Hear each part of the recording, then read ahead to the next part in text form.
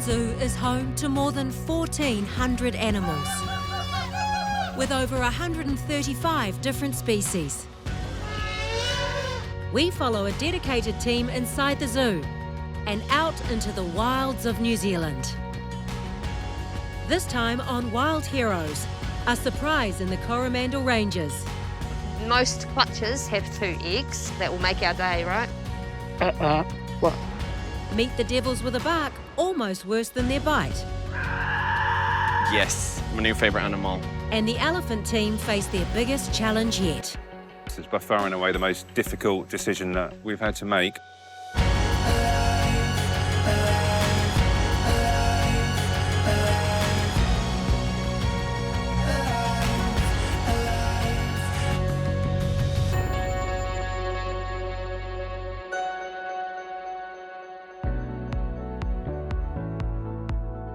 Come on, the big elephant.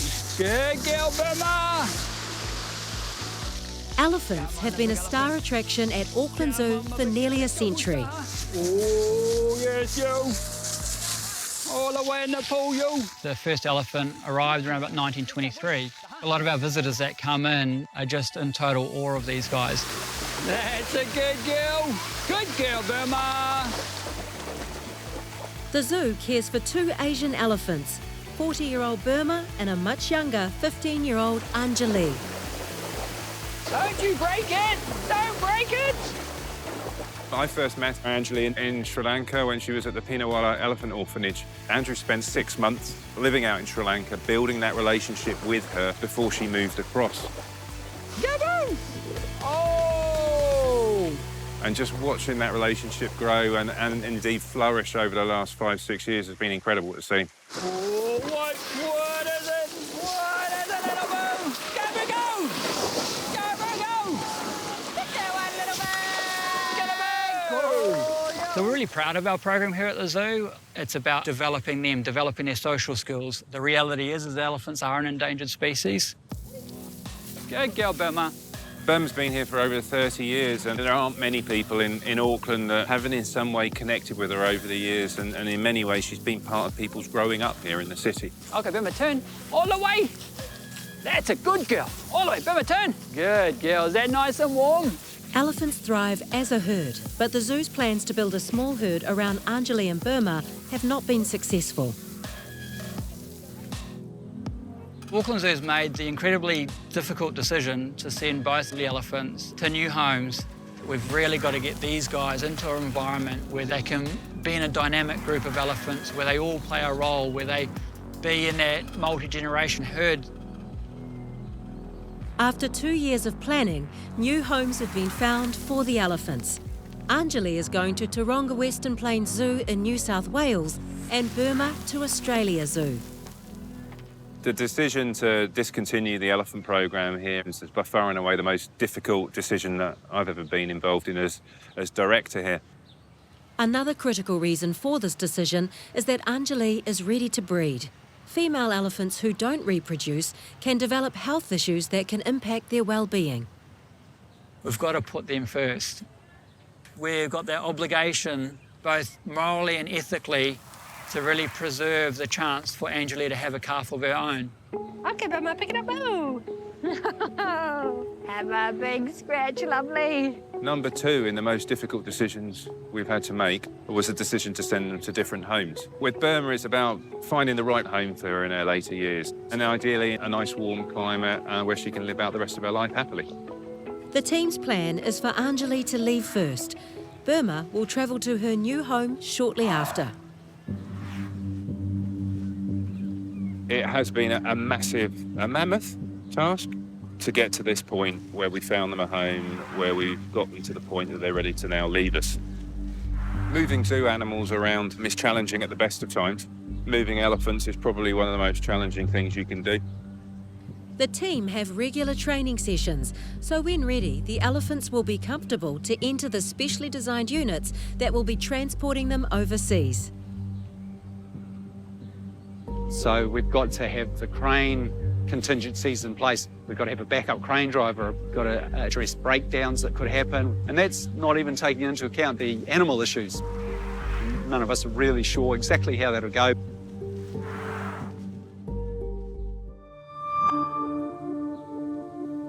morning, keeper Natalie is on a special mission to harvest kiwi eggs and bring them back to the zoo, where they can hatch safely and free from predators. This wild work is part of a hugely successful national program to manage and support kiwi populations. We're heading down to the west coast of the Coromandel to a little township called Te Mata. And there we're going to meet up with Neil as part of the Operation Nest Egg program. Without the help of programs like this and predator control of stoats, ferrets, rats and dogs, just 5% of all kiwi eggs hatched in the wild would survive. Operation Nest Egg, and the way it works, it's got sort of several different stages, from collecting the egg from the wild right through to returning a bird to a mainland area.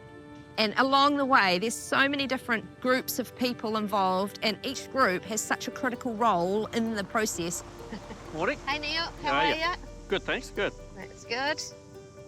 Obviously the common goal, and that is to conserve our kiwi, and that's our national icon, so it's incredibly important that we all do our bit. Natalie and Neil are hoping to locate a nesting male kiwi named Ngāwari. Today's a special day for me personally because I was part of the team at Auckland Zoo that hatched and reared Ngāwari. The fact that he's not only still alive, but he's now breeding and contributing his own offspring, yeah, something really special. Once the female has laid an egg in the nesting burrow, it's the male kiwi who will sit on and incubate the egg. Most clutches have 2 eggs, so we're hopeful that Ngāwari will give us 2 eggs. That will make our day, right? Mm. Yeah. I tell you what, he's got a good burrow. His burrow's quite deep, but we just need to be able to get close enough to get your hands under to get a grip on the eggs.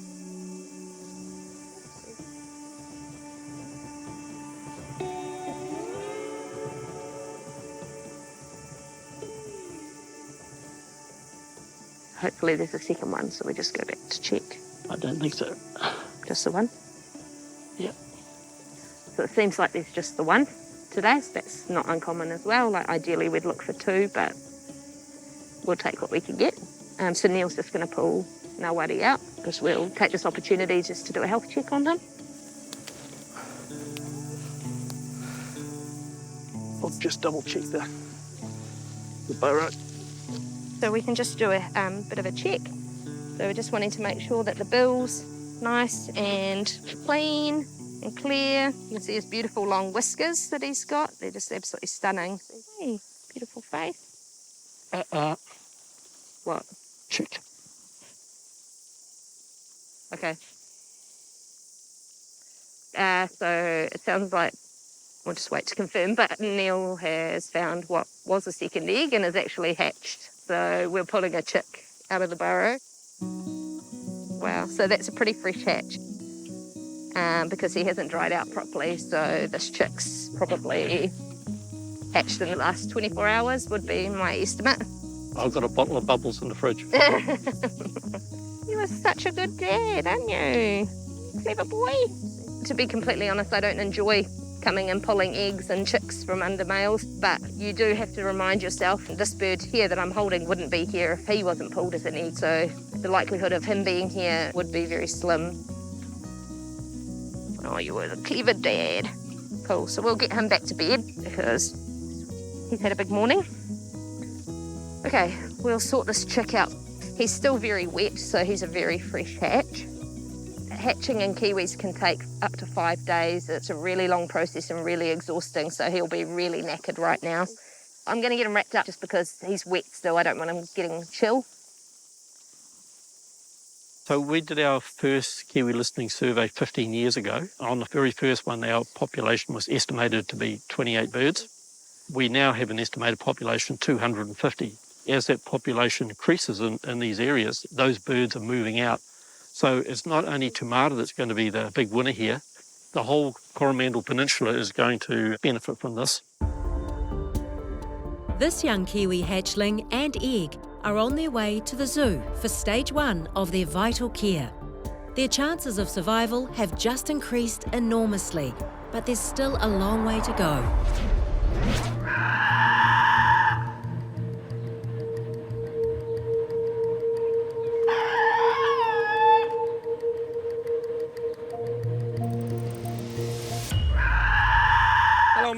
Troubles. What are you up to? Hey, Troubles. Where's your brother? Nita. Hello. So these two Tasmanian devils are brother and sister. Nita is the male and Naunta is the female. So males are a lot larger in size. Obviously, they've got a bit more muscle to them. They'd be the ones that would be fighting for females during breeding season. So females usually are a little bit more petite. So when I first moved to New Zealand, I got the job here. I'd never seen a devil before. Came down and was just like, what are you? I was like, yes, this is it, my new favorite animal. They are misunderstood. I think because they've got such a bad reputation for being a devil, whereas I'm kind of like, do you know what, you're kind of cute, really. These guys actually have the strongest bite of all animals, so pound for pound. So for the size of the animal that they are, they have an incredibly strong jaw pressure. So it's designed for crushing, breaking bone, which makes them very resourceful when they're feeding. Come on, use those muscles. So just hung it up just to make it a little bit more challenging for her. She's getting older, so we just want to make sure that those muscles are working correctly, that she's still pretty healthy. Be careful, be careful. You're gonna fall over there. You're gonna fall. Careful. Oh, well done. Good job, Lena. Tasmanian devils in the wild are endangered at the moment, so their numbers aren't doing too well. One of the biggest contributors to that is the Tasmanian facial tumour disease, which is affecting huge numbers out in the wild. It's incurable. It's a horrible, horrible viral cancer that starts to form these tumours, and then these tumours can grow so grotesque that within about 3 to 6 months, the animal dies of either starvation or organ failure. So it's a horrible way to go. One of our partners is the Save the Tasmanian Devil program. They do incredible work to help re-release him back into the wild, try and build the numbers back up, and it's been an incredible success. Hey, Luna, come on, finish off. Finish it. Whoa, you careful. Careful. Slippery. So the devils here at Auckland Zoo are part of our ambassador program, educating, informing, letting all of our guests know about what they face in the wild, wanting them to maybe want to do more by falling in love with them. You know, they are very sweet creatures. They've just got a very, very special place in my heart. I mean, you can't not love them. Listen to that. Listen to it. It's just the best noise. Could fall asleep to that.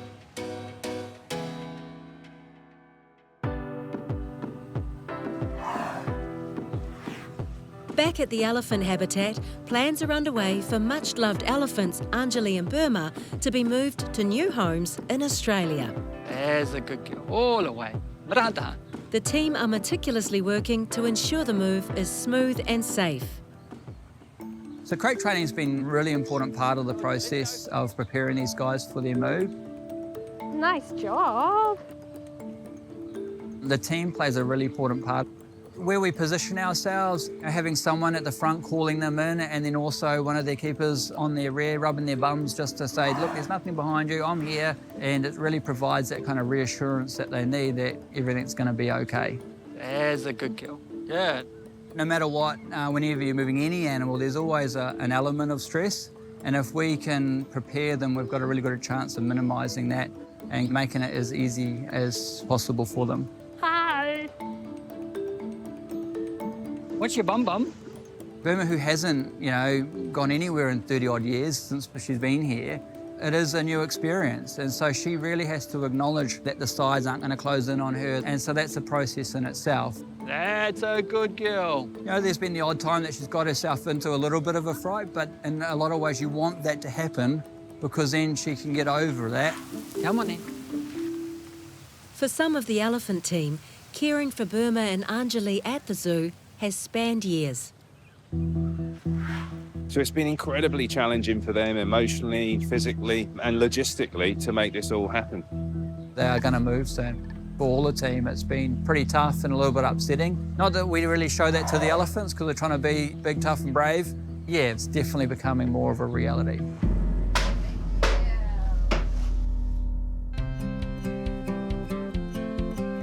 At the zoo's bird incubation room, the Kiwi chick collected from the Coromandel is being carefully monitored and is doing well.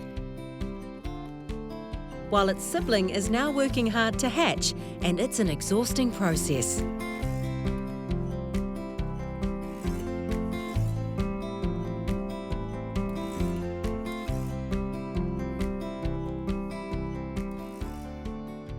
We have a freshly hatched Kiwi chick. You can see he's taken the top off like a little hat. Yeah, a little shocked that he's in the world. He's had about a week of trying to get out of that egg. If we flip him over, underneath that surface there is his yolk. Just before hatch, it all gets sucked into his tummy, and it's really big and squidgy, and that's going to feed him for about the next 10 days. And now we'll just pop through to the next room, which is where his next incubator is. He's not going to be very mobile until about 3 or 4 days old, which is when we then move him to a larger brood where he can run around in leaves. Because he just sits there quite vulnerable, you can imagine if he's in a burrow in the wild, that's a really tasty meal for an invasive mammal. It's almost essential that this part of the project happens here because they're in a safe environment and nothing's going to come and eat them here.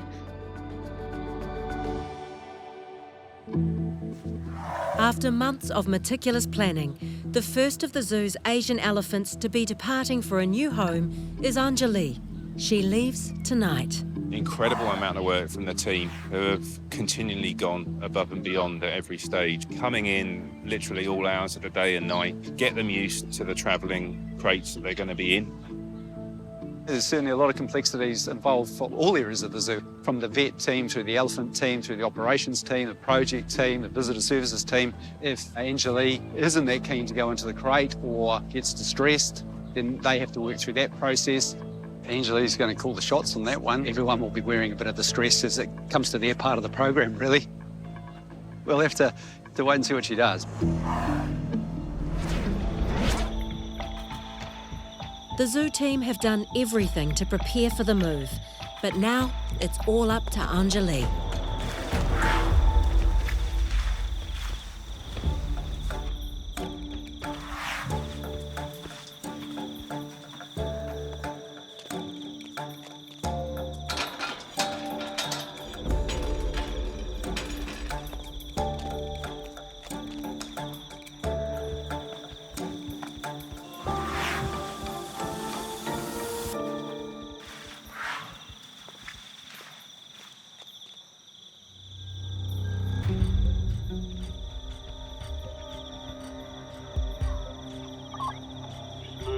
Moving.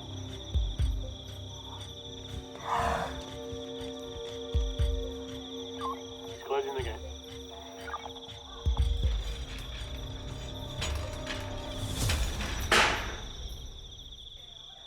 So he'll bring the chains over.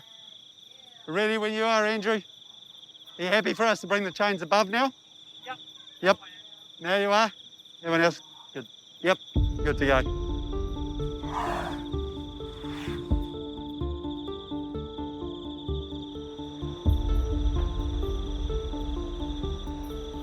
Andrew, can you just turn that hook around the other way and come in? Other way, facing me? Yeah, come in, face it for you. Yeah, please, yeah. Can we get a weight on that? 6 tons. Bang on, 6. Yep. Yeah, they can move forward. Yeah, I reckon. Yeah, it's in. Yep, it's good. Remarkably calm. Testament to her character, but also the weeks, months of her training and work that staff done with her. I'm incredibly proud of the elephant team. And it's when you put your own feelings to one side, and well, not my feelings, it's the team, right? This is their life. They've given up so many hours with families, so many hours with friends, put their lives on hold in order to make this program work and in order to make this move work. It's not really what any of us want, but it's the right thing for the animals.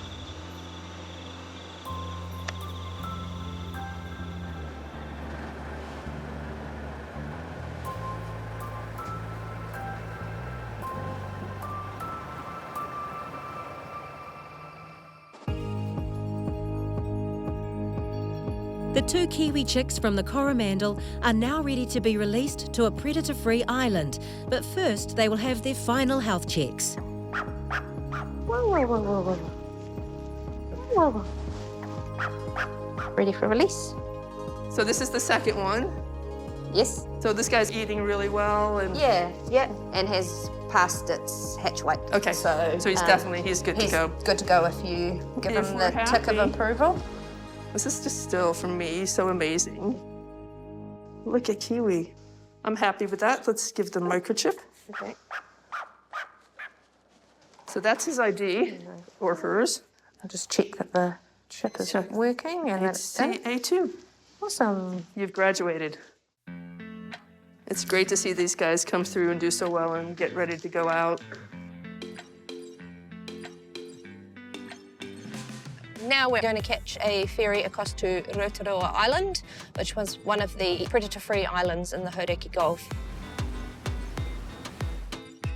Auckland Zoo, with the Rotorua Island Trust and Save the Kiwi, have been successfully releasing kiwi on the island since 2014. Essentially what we're trying to do is increase the population of kiwi that are in the Coromandel by having these young ones come here.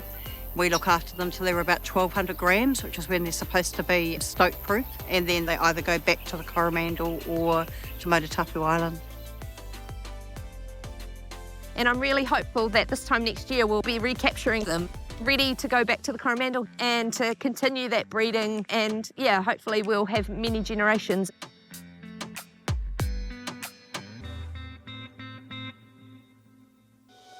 Next time on Wild Heroes, an important health check causes concern for the zoo vets. It's actually quite devastating because we are so mindful of this risk.